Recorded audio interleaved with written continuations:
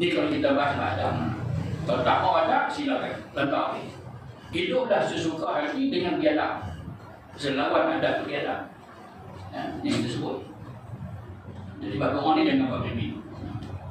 Kemudian, dan tiada kamu ketahui dengan apa yang memperkuat oleh doa. Maksudnya ada rahsia di sebalik doa tu, kesan dia. Kalau sekiranya kalau makbul doa dia, mustajab doa dia Allah tak ada perkenan, doa dia Allah tak ada tak tolak. Pertama, kalau kita tak aminkan doa tu, kita bunyi.